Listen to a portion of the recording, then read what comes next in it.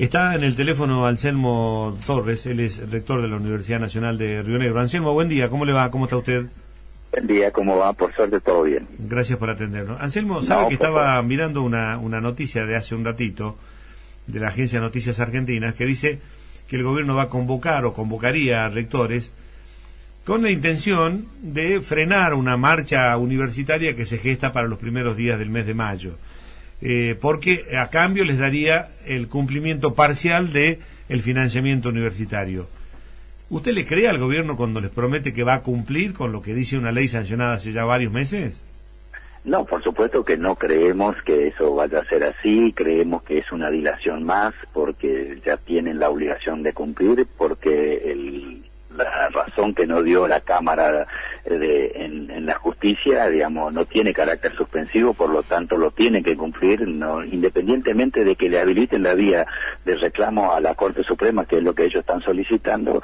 Los plazos ya están totalmente vencidos y tenía que haber cumplido. Hace 6 meses que se aprobó la ley y no vemos ninguna razón para creerle al gobierno que quiera cumplir con una ley o una nueva ley cuando no cumple con la vigente. Así que nada, vi esa noticia, efectivamente no nos convocaron nada todavía, la marcha sigue en pie, vamos a hacerlo el 12 en todo el país, pero con epicentro en Capital Federal, en Plaza de Mayo, porque el reclamo es al Poder Ejecutivo. Es decir, la última marcha lo hemos hecho en el Congreso porque el tema estaba allí precisamente para que se apruebe la ley.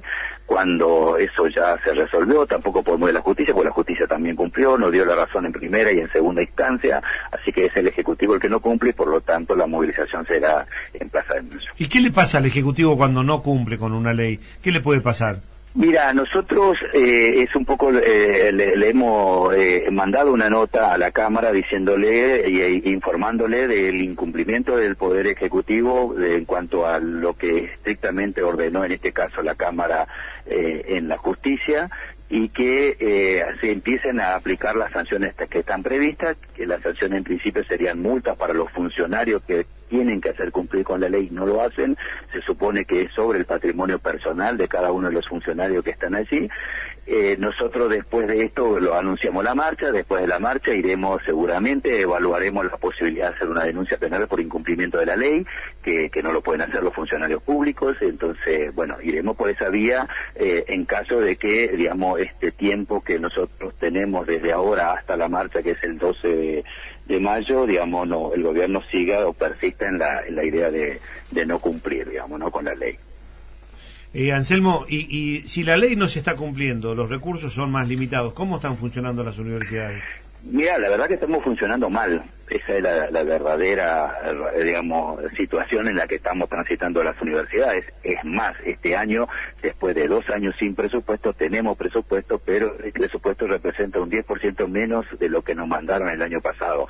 Con todo el incremento galopante de la inflación nuevamente, con todo el incremento de los servicios que viene por el tema de la guerra y la suba de los servicios y del combustible y todo esto, la verdad que estamos en una situación mucho más compleja que antes y ya no podemos seguir soportando mucho tiempo más, porque estos 2 primeros años que hicimos, tocamos las variables que podíamos tocar para poder ahorrar y poder mantener actividades que son esenciales para la universidad, como la docencia, como la investigación. Y no hemos actualizado ni hemos puesto en condiciones los edificios, porque todo lo que tiene que ver con mantenimiento hemos dejado un poco de lado.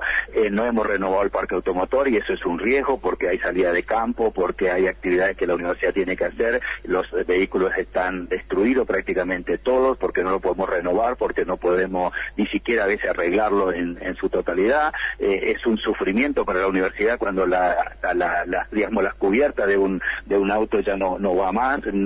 Esperemos que nunca nos toque ningún tipo de desgracia como le tocó a la Universidad del Sur, una inundación o que se nos vuele el techo, porque no tendremos recursos para poder afrontar esos gastos. Es decir, que la verdad que en la situación no hemos renovado tecnología, no hemos renovado cuestiones de laboratorio, es decir, cada vez se deteriora más. No hemos renovado incluso, digamos, los sillones de los hospitales escuela de odontología que son necesarias para la formación.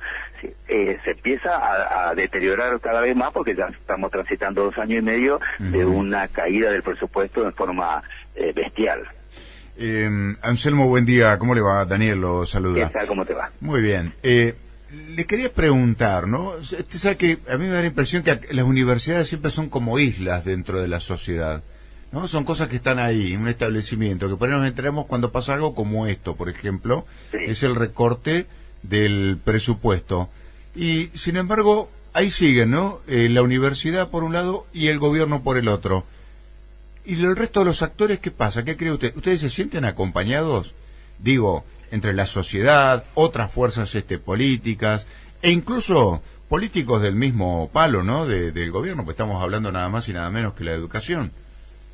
Mira, es cierto que incluso muchas veces se le ha acusado a las universidades de isla democrática, es decir, que mientras funcione su instancia interna es como que sus lazos y su vinculación con la sociedad no es tan frondosa ni fuerte como debiera ser. Sin embargo, existe esa comunicación, existe esa vinculación. Creo que las 3 marchas que hemos hecho el año pasado sentimos el acompañamiento de la sociedad. Sí. La primera fue impresionante, fue una de las más grandes en la historia de movilizaciones en Capital Federal, por ejemplo, por lo que dicen todos los medios, digamos, en términos de acompañamiento a una institución en particular. Hemos tenido acompañamiento también en el Parlamento de distintas voces, de distintos sectores políticos. Primero porque se aprobó 5 veces, se votó a favor la ley esta que está vigente ahora. En el 24 se votó la primera vez por mayoría, el gobierno lo vetó, volvió a votarse por mayoría, no se alcanzó la 2/3 parte, pero se logró mayoría.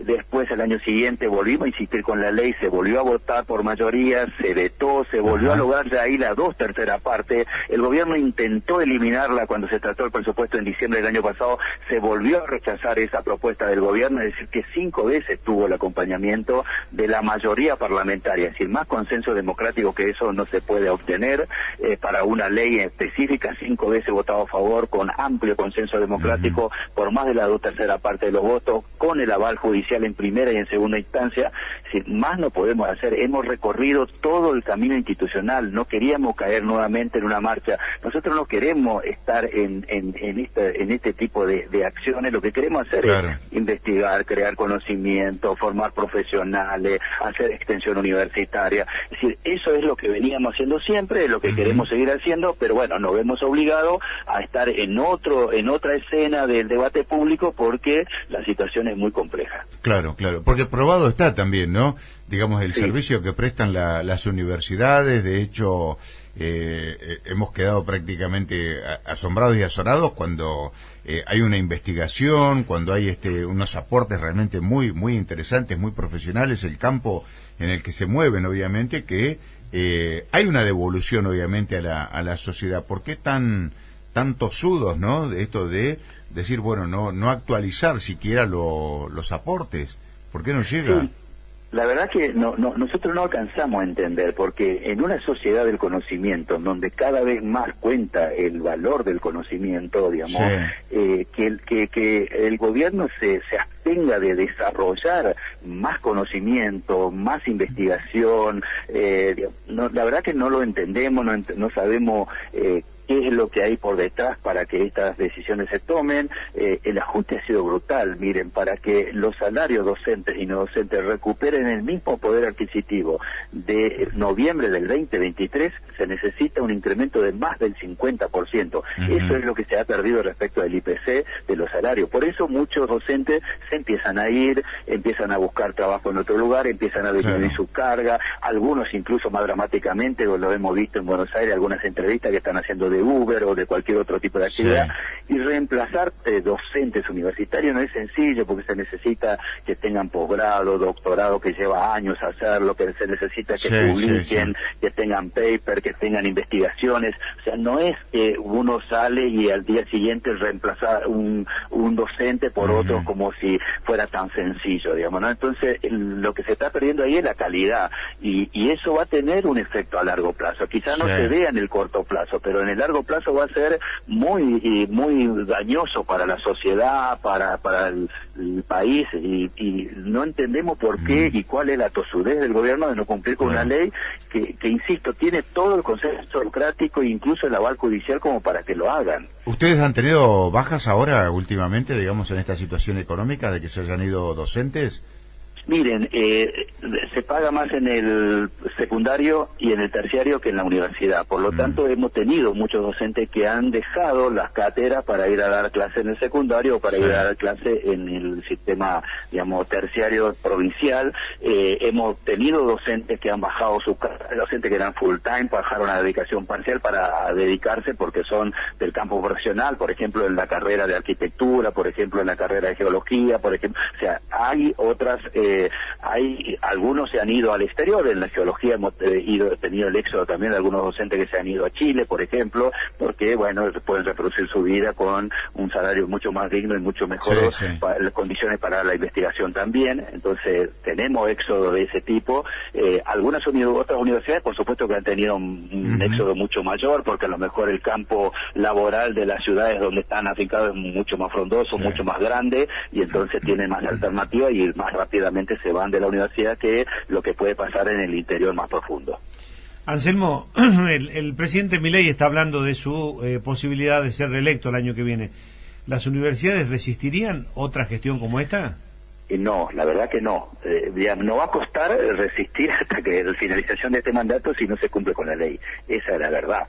Insisto, nosotros hemos ya agotado todos los recursos que nosotros teníamos eficientemente, un montón de recursos que teníamos ahorrado dentro de la Universidad de Río Negro, por ejemplo, y nosotros dedicamos año a año eso para construir. Estos 2 últimos años no hemos construido nada. ¿Por qué? Porque hemos utilizado esos recursos que teníamos para el gasto de funcionamiento de la universidad, para poder abrir las puertas, para poder seguir brindando las clases como corresponden, pero eso también se nos está agotando y ya no tenemos más, y por eso es que cada vez se vuelve más clave el hecho de que el gobierno, digamos, nos giren los recursos que necesitamos para funcionar. Digamos, no estamos pidiendo tampoco una locura, estamos pidiendo que ajuste en función de la inflación, digamos, no es que estamos diciendo que nos incremente por encima de eso porque queremos hacer nuevos proyectos. Queremos seguir funcionando al menos como veníamos funcionando antes. Anselmo Torres, gracias por habernos atendido. Ha sido un gusto. No, gracias a ustedes.